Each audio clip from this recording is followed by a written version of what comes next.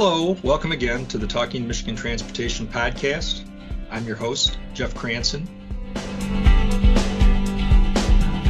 Today, I'm going to be taking on a couple of topics. One, you may have heard that the New Jersey DOT was instructed by the Federal Highway Administration just last week to cool it with message signs that feature humor. Those are the signs you see on the highways, dynamic message signs known as DMS in industry parlance. So I'm going to talk to somebody who knows a little bit about humor and its use in transportation messaging, Lloyd Brown, formerly the communications director for the American Association of State Highway and Transportation Officials, AASHTO, where I came to know him. He now works in communications for the transportation consultant, HDR, and then after that, we're going to take on what the future of Twitter might mean to DOTs, which have prolific Twitter feeds and other social media platforms. And it's really been an important tool for sharing information, real-time information with travelers. There's a lot of back and forth, a lot of interactive communication between users and the DOTs. So we're kind of wondering what that might mean. And he's got some expertise there too, having written reports and summaries about the use of social media. So Lloyd, thanks for taking time to be here. Thanks for having me, Jeff. So let's talk first about this issue. You know, you and I have talked about this for a long time between ourselves. What messages work, which ones actually, cause people to alter their behavior. And just because you laugh at something when you drive by and chuckle doesn't necessarily mean that you suddenly slow down and become more attentive to the road. It's kind of like proving a negative. We know what might not work, but we can't prove for sure whether it does work or not. Lots of strong feelings about this on all sides. We're still not sure as of recording this, because the story is pretty fresh, whether this was just somebody in the New Jersey division of the Federal Highway Administration or whether this actually came out of DC. But I mean, what was your first takeaway upon hearing about this? Well, like you said, you and I've talked about this for a lot of years, and it's been interesting because I'm of the mind that if we can't prove it's not working, what harm is it doing? Let's go ahead and add a little bit of humor and spice up the conversation. The counter argument is these are safety devices and they're meant to provide critical information to the public about traffic conditions and what may be ahead of them on the road. And so by cluttering up the message channels with what may be miscellaneous information, we're sort of taking away from the usefulness of those tools. But I'm, like I said, Jeff, I'm of a mind that humor actually adds value to the whole conversation and gets people talking about not just in the moment how they're driving, but talking about the issue of traffic safety and being a better driver in general. Well, maybe it's possible to be too funny, because it sounds like some of the concerns in New Jersey were that people were trying to, stop and take photos of the signs. That's right.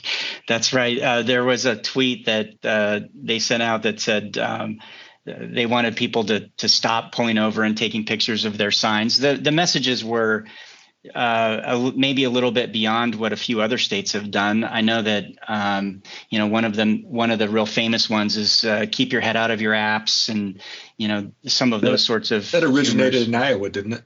I believe Iowa was one of the first, and some of this started back. It was about at least 10 years ago.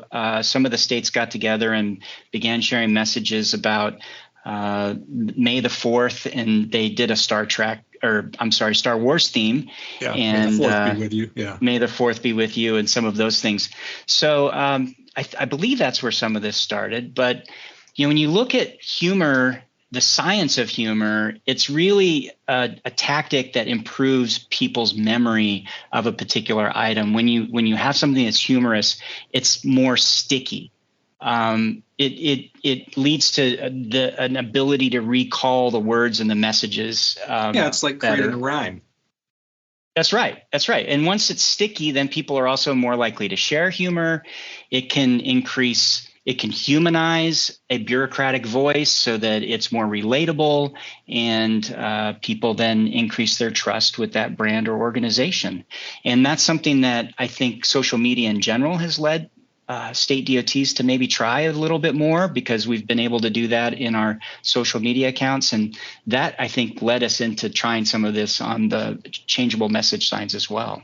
Well, and I think that, yeah, at its best, what social media platforms have done for DOTs and other government agencies is show the public that these are real people behind the wheel, that these are human beings who have the same concerns that you do that are doing this. And that's what we all try to do. People in our jobs is humanize our workforce. It's like, you can always be mad at your local street department or the DOT, the nameless, faceless edifice, right? They're whatever they do, it's wrong. It's slowing me down, it's in the way. But when you find out that the people that are doing this are actually your friends and neighbors, and they go to your church and coach your little league team, that these are real people. And that's what I think, social media does. It shows that these are human beings that are communicating with you. But when it comes to the message signs, I think, you've seen the study that MDOT commissioned with Michigan State University, and found people were kind of split. If you ask in terms of popularity on using humor or using messages about fatality numbers, to try to get people's attention. But like 90%, overwhelming numbers, they want the signs to be used. And they didn't say instead of, but they just really favor the signs being used for news you can use, right? Like I need to know that there's a storm that's slowing me down ahead, or that there's a bad crash, that there's construction, that there's some reason I need to maybe seek a detour. Like we always used to say in the newsroom, make me smarter, right? This is what I want. I want something that makes me smarter as a driver, not necessarily even safer, just helps me get home sooner or wherever I'm going. Jeff, when you look at the messages really from the perspective also of inclusion, if the humor is rooted, or if the context of the humor is sort of lost on people, if it goes over their head, like if you're making a Taylor Swift reference and most people don't, or not most people, but some people don't know who Taylor Swift is, then maybe you're sort of missing the point, and you're not able, that safety message isn't really landed the way you intended it. And so therefore it's not as effective.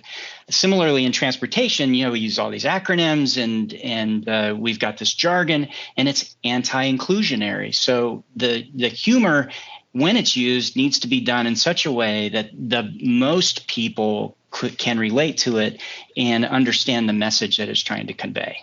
So, what you're touching on is another story. I think I first saw it in Axios and I got picked up elsewhere, finding that, there's a generational divide on the use of emojis. It's kind of the same thing you're talking about. Absolutely. I mean, I have a son who's in college, and when we were driving in suburban Washington, D.C., he was learning to drive, and he saw some of the references to on some of the clever messages on the signs there. He didn't understand what the point was. He didn't get the context of the joke. And so maybe that's why some of the younger people that are being polled in this Michigan study didn't really think humor was effective, is because maybe the jokes themselves weren't really pertinent to them, or they didn't understand what was trying to be explained to them. You mean that sometimes people think they're funny and they're not? That's been my experience. Certainly my wife has assured me that I'm not so funny either. So yeah, my wife and my kids for sure. Yeah. I just continue to amuse myself, I guess. Yeah. So go on more with what you think is going on with the Federal Highway Administration going back to, the manual of uniform traffic control devices and leaning on that for why they're, it's like a 31 paragraph ruling about the uses and non-standard syntax on changeable message signs. It sounds so bureaucratic, and it makes it easy for critics who want to say, there's the federal government just being bureaucrats, not having any sense of humor. I think the thing we probably need to make clear is that everybody has the best of intentions here. Everybody right. has safety as a priority. And it's just a matter of, different ideas. People who have been in this and are passionate about it and have been trying everything they can. DOTs, I think a lot of the people sometimes feel like we've done all these things in design and in our maintenance, in our practices, and there's only so much we can do when it comes to messaging, but we want to do everything we can because we take it personally. We try to build and maintain the safest system we can. We can't human proof it. People are still going to make mistakes. So we're doing what we can to try to put the focus on behavior. And, nobody's got an easy answer. I mean, our cars are getting safer. We know that. The manufacturers have done all kinds of things to make them safer. Yet we're, probably going to surpass 2020 for crash deaths in 2022. 21 might have been a little different as people emerge from the pandemic. But in the overall arc, we're going in the wrong direction, right? Yeah, and I just need to say I don't really know what's going on at FHWA, and I think your point is exactly right that everybody's trying to do the right thing. I would defend anybody who says these devices should be used only for the most basic of information, what makes you smarter, because ultimately these tools are. The justification for these tools was to tell you if the bridge ahead is open or closed, or if there's an incident up ahead that, merge to the right, or some of those kinds of basic instructions. But additionally, I also understand when people say, hey, we have this tool in our toolbox, and people, when you want to catch people with a message that makes a difference when they're actually in the act of doing something. So that's why we used to have 511 radios, highway advisory radios along the side of the road. Those have mostly been decommissioned because people don't listen to terrestrial radio as much as they used to. But the same idea was to try and catch people while they're on the road and give them information. And in this case, the humor part was really pointed toward what I was saying earlier. We're trying to make the idea more sticky, resonate more, and humanize the issue a bit so that people would perhaps pay attention and carry on the conversation even once they got from behind the wheel and went on to other things. Well, I think it's going to be interesting to watch this over the next few days or maybe weeks and find out if this is an edict that is going to, have some kind of an effect on other state DOTs and what they're doing, or if this was, an isolated thing for whatever reason in New Jersey. I think it's too early to tell, and I know you don't know either, or you would tell us. I would, yeah, and I don't, but whatever comes out, if something does come out, or if this is just a blip, I can guarantee that, having been around transportation for well over 20 years, the conversation is going to continue, and people will continue to try their darndest to communicate with the drivers to get them to slow down, pay attention, drive more safely, and just get where they're going safely. At the end of the day, that's ultimately, you just said it yourself, that's ultimately what we're trying to do, get people home safely. Yeah, well said. Stay with us. We'll have more on the other side of this important message. Did you know Newton's first law of motion states that a body in motion will continue moving at the same speed and same direction, while the second law states that an object acted upon by the force will undergo... Wait, I thought this was a snowplow safety message. It is, which is why this is relevant. Don't you think that's complicating things just a bit? Not at all. A snowplow weighs 17 times more than your average car. Right, and snowplows tend to travel at slower than posted speeds. So the third law states that action and reaction are equal and opposite. I think it's easier just to remind motorists to give plows the room they need to do their jobs. Follow at a safe distance and don't drive into snow clouds. Things like that. Well, if you're gonna make it that simple, why don't you just say, don't crowd the plow? Great idea. Stay safe this winter. Don't crowd the plow. That's it? Yeah, that's it.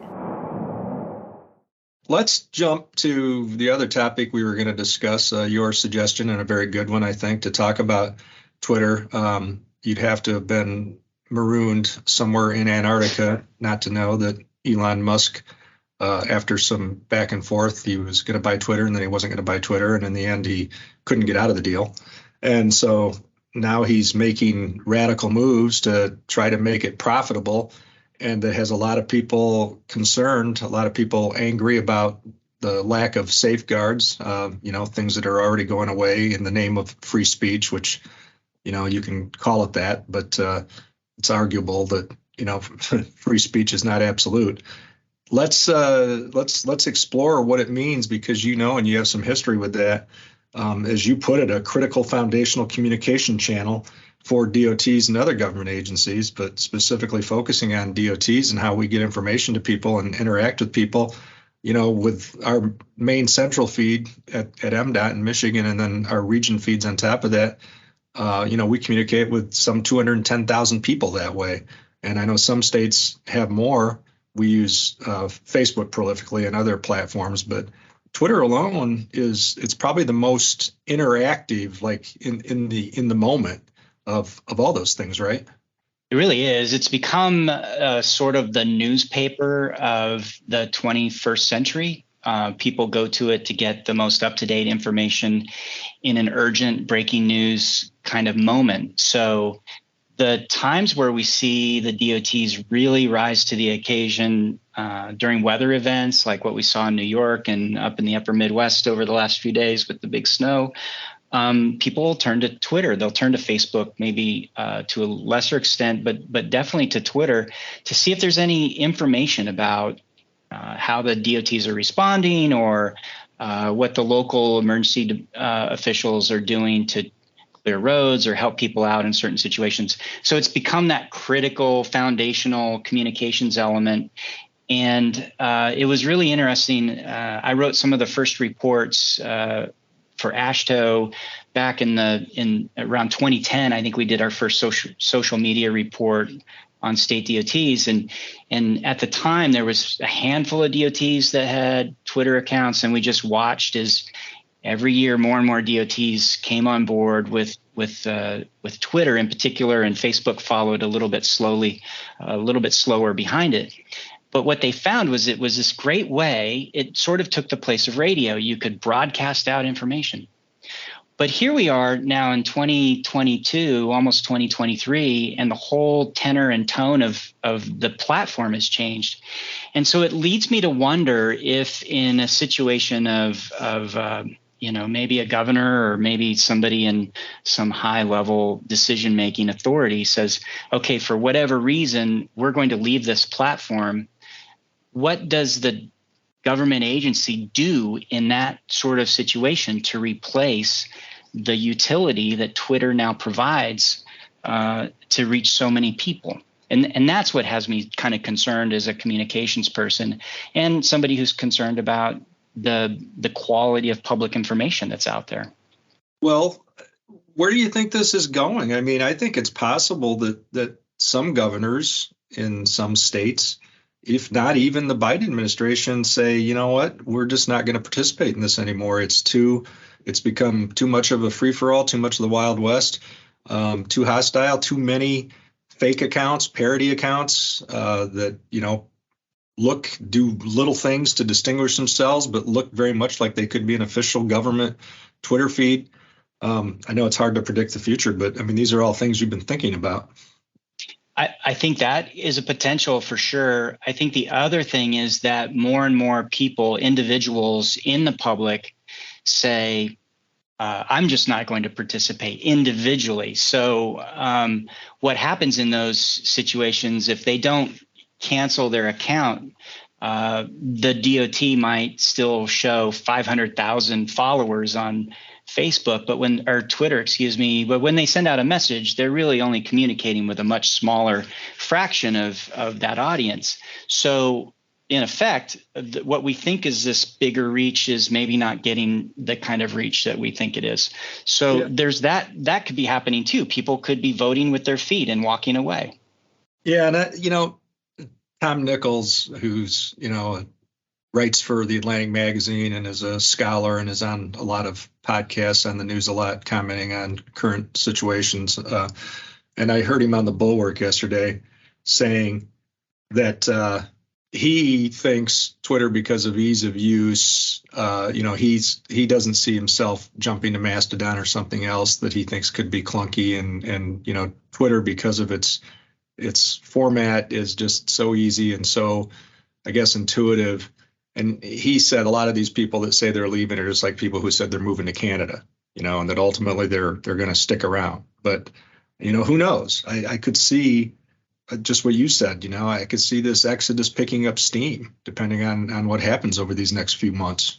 Perhaps most challenging thing for myself as a communication strategist and somebody who thinks about this and quite a bit, and is that our options for reaching the broad scale audiences have really fractured. 15 years ago, we had local TV, over-the-air TV was much more dominant. There were terrestrial radio feeds or radio stations that we could get information out to. There was actually local news stations, even in rural parts of the country, that you could communicate with.